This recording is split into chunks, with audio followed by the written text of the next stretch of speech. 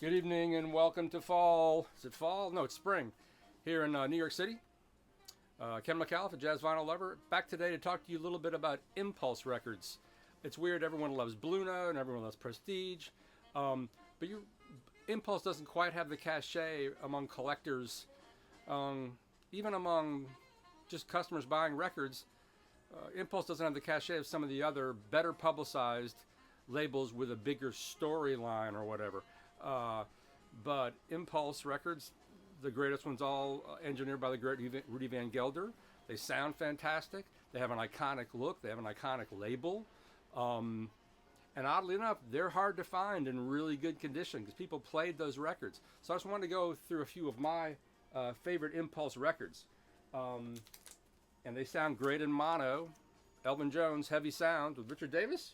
Yes, this is a wild record. If not for anything else, if not for nothing else, the funny cover. Everybody's smoking their brains out. But this is just these two, incomparable players doing what they do so well. This is a hard record to find in good shape. This is a stereo copy. The other great thing about Impulse records, they're almost all laminated, and many of them are fold-outs with great liner notes. I hope you can see that. Great photos. There's Elvin with, I believe, Bob Thiel, who started the label. There's a great book by Ashley Kahn. I believe it's the house that Coltrane built Impulse.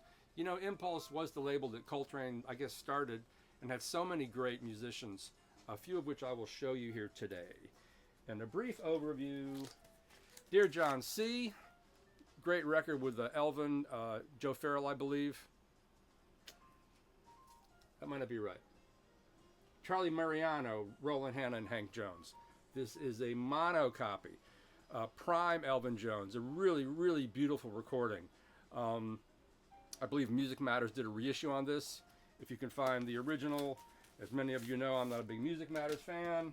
If you can find the original, why would you bother with a copy? Elvin Jones, Dear John C., check it out. I don't know who the liner notes here. Don Heckman. The great John Coltrane, Crescent. I guess I really like all the Coltrane records on Atlantic, but they're a whole different ball of wax than the records on Impulse. The Impulse records are much better recorded, in my opinion. Atlantic made some weird recordings. I don't think Tom Dowd was a very good jazz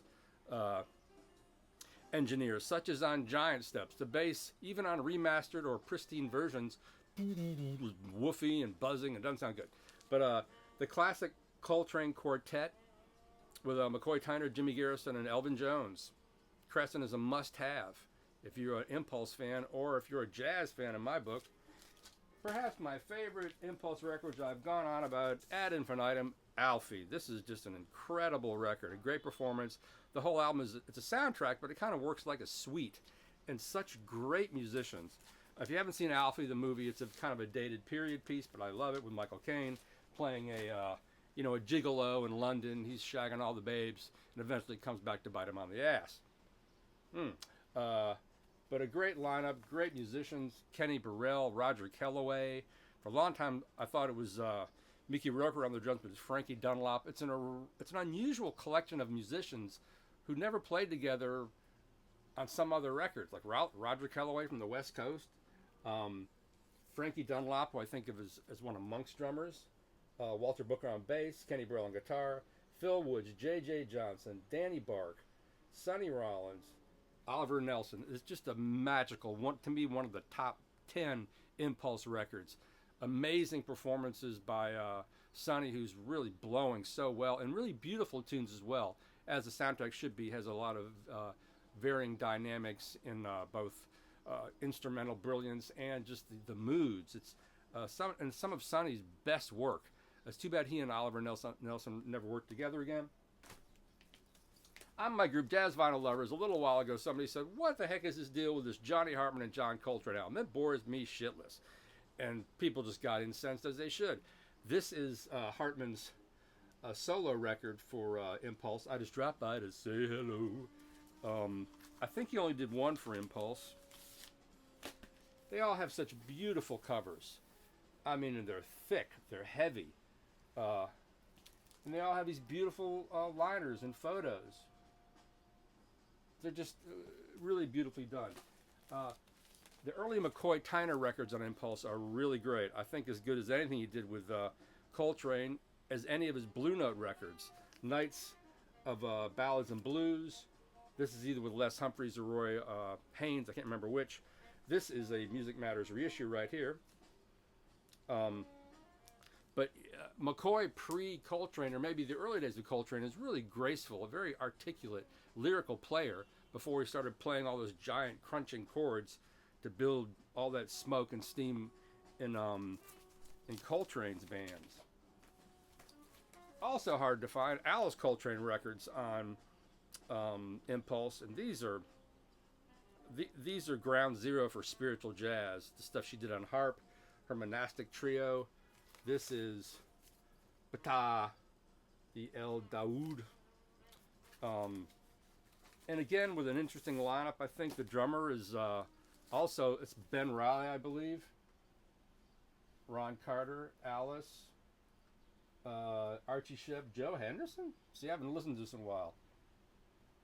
Oh, it's Pharoah Sanders and Joe Henderson. This is a great record and really hard to find. I've seen it twice. I bought it when I found it. They're all very well recorded. They're all great compositions. Easily, if anything, it's a heavier tone than anything Blue Note ever did. Here's my mono version of Crashing. Another Impulse classic, Out of the Afternoon with Roy Haynes. And Roland Kirk, and Tommy Flanagan, and the great Henry Grimes. This is one of the first jazz records I ever bought. Beautiful laminated. It's a stereo copy. Weird green tint. But it's got the great Moonray and Snap Crackle, where somebody shouts Roy and he plays the fiddle, Haynes, and just an all-around great performance, great tunes, great liner notes, and the look of the records is really something.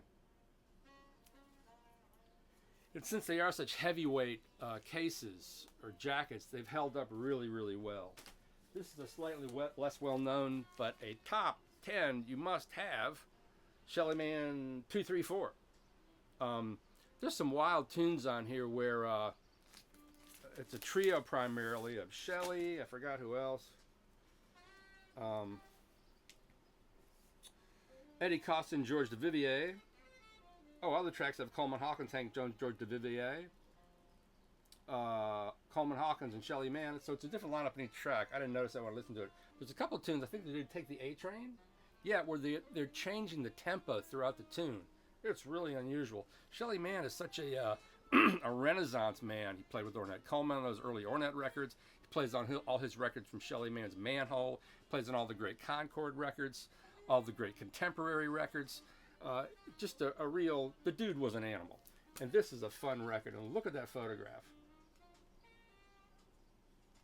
And there's also, I should pull it out so you can see it here, Alice Coltrane, Monastic Trio. There's the other Elvin Jones, Jimmy Garrison record. They've also done some great box sets. They did one, a 3LP, the drums. They did one 3LP, the bass. This is one of the first records I bought as a young drummer trying to figure out how to play jazz. And it has like Sonny Murray's on here. It's a very broad and far-reaching box set. And they did a free jazz combination. But where I want to show you this Monastic Trio record. Great record. Produced by Coltrane Records. Maybe they hadn't, which is like, what is that? I don't know what that means actually. Was it Coltrane Records before it was Impulse? I don't know. But brilliant colors. Look at that. What a beautiful cover.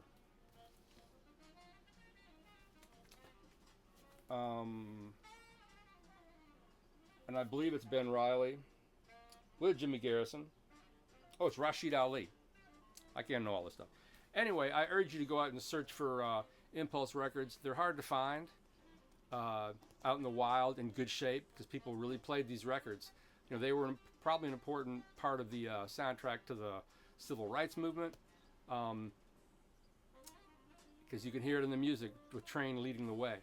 Anyway, thanks for checking in. I'm Ken McAuliffe, Jazz Vinyl Lover. Salute!